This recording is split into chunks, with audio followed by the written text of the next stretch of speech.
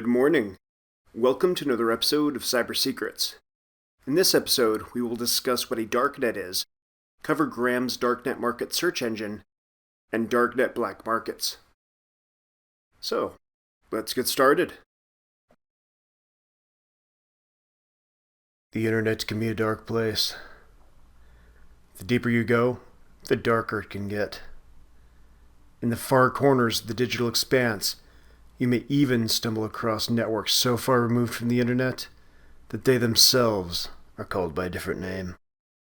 A darknet.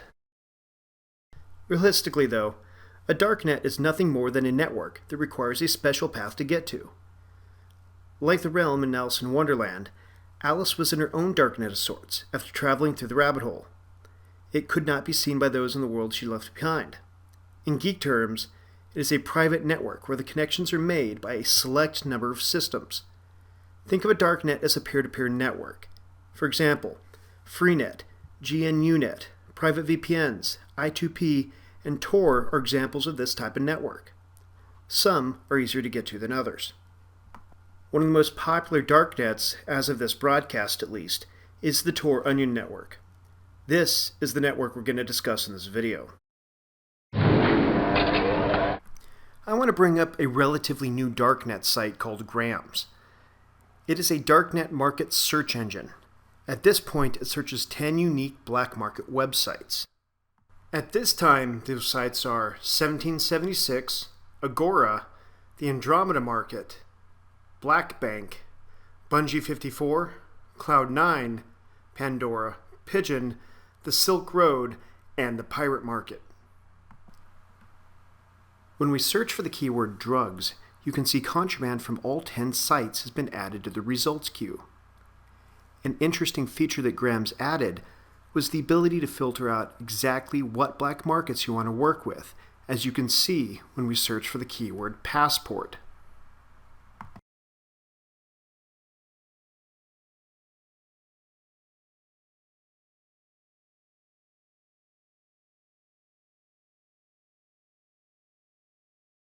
Now I'm going to do a quick search for Social Security Number, or SSN. And as you can see at the top of the list, there's counterfeit identities. One of the markets that Graham's works with, called 1776, has a commercial that I've included in this video to give you an idea of how serious these markets are and how they are thriving. Hi, I'm Lisa. Welcome to 1776 Marketplace. I'm here to talk to you about the unique features of 1776 that make it the easiest, best, and most secure marketplace operating on the Tor network today. First, I'll show you how easy and quick the order process is, taking what can be a 2-hour or more process, and reducing it to just a few minutes. Second, I'll show vendors how they can have a 100% theft-proof escrow using an automated process developed by 1776, using Bitcoin's native escrow capability.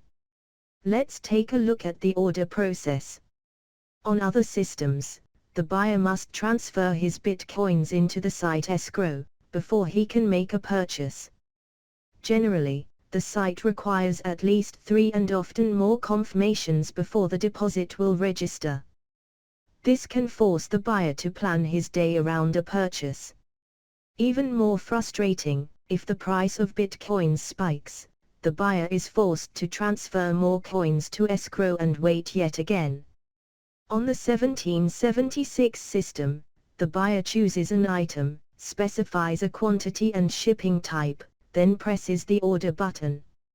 He is then presented with the total cost in Bitcoins for the order, and a series of fields in which to enter his address.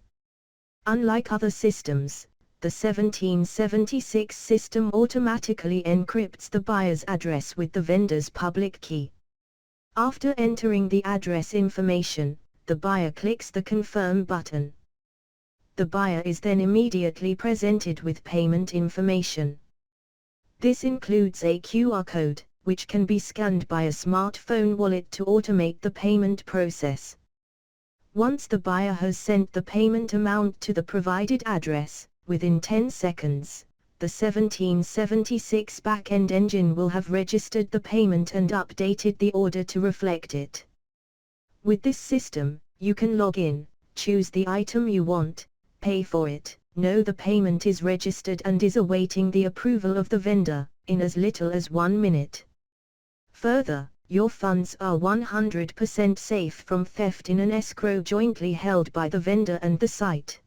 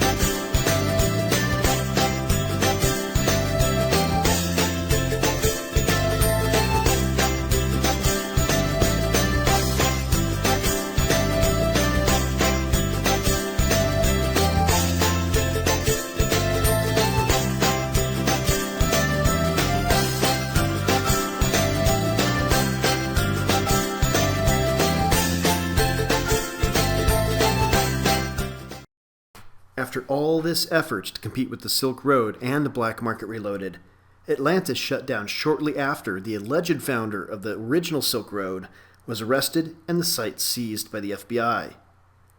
Many of the Darknet markets and sites died during this time period. However, like the Darknet market Hydra's name suggests, you take off one head, many others will take their place. Many people feared the Tor network was doomed and waited to hear for the final news. Many reported the death of Tor, but in reality, it is hanging on strong and even starting to live again. So, where do you find new sites?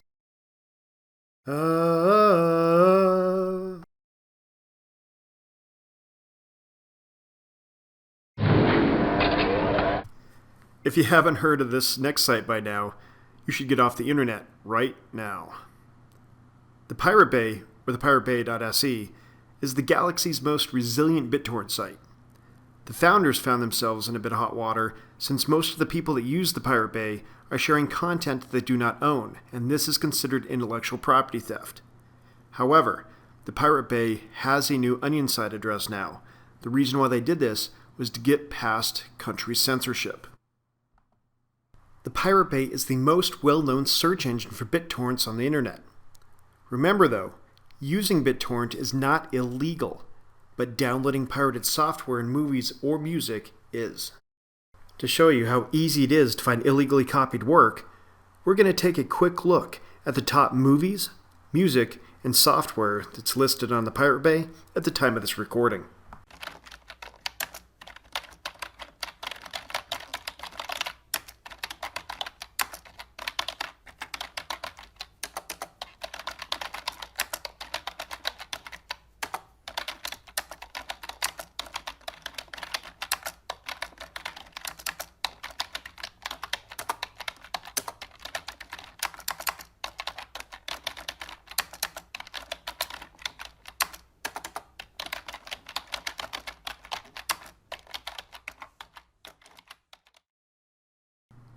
On the other hand, there's a lot of legally shared content on this site. Some musicians and artists have even dubbed it the Promo Bay because it helps them market their group. Many feel that this is the future of media. I even have added a few of my own pieces to this site to share. The truth is, there's a lot of bad content on the internet.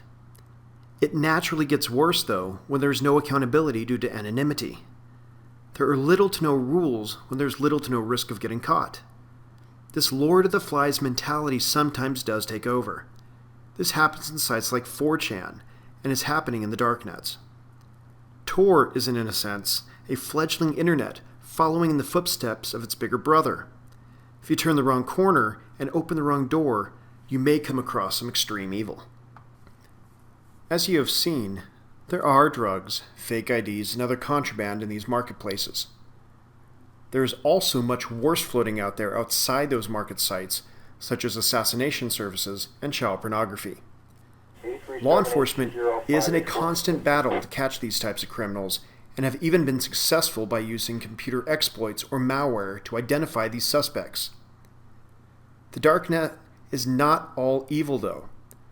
There are many useful sites in this space, and almost all of them are supporting freedom of speech and allowing voices as citizens to be heard even out of the most oppressive of regimes.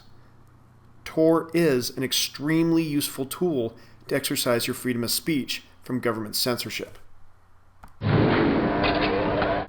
Here is a list of search engines in the Darknet for you. Some search from the Tor network out to the surface web, and some search the Tor network itself. DuckDuckGo is a surface web engine that touts that they do not track you like Google does. You just received a small glimpse of what can be found in the Darknet black markets. You can even find botnets to rent and bulk credit cards to purchase. But keep in mind, not everything in this space is illegal or shady. With that said, it does seem easier to find in the fringes of the digital deep space.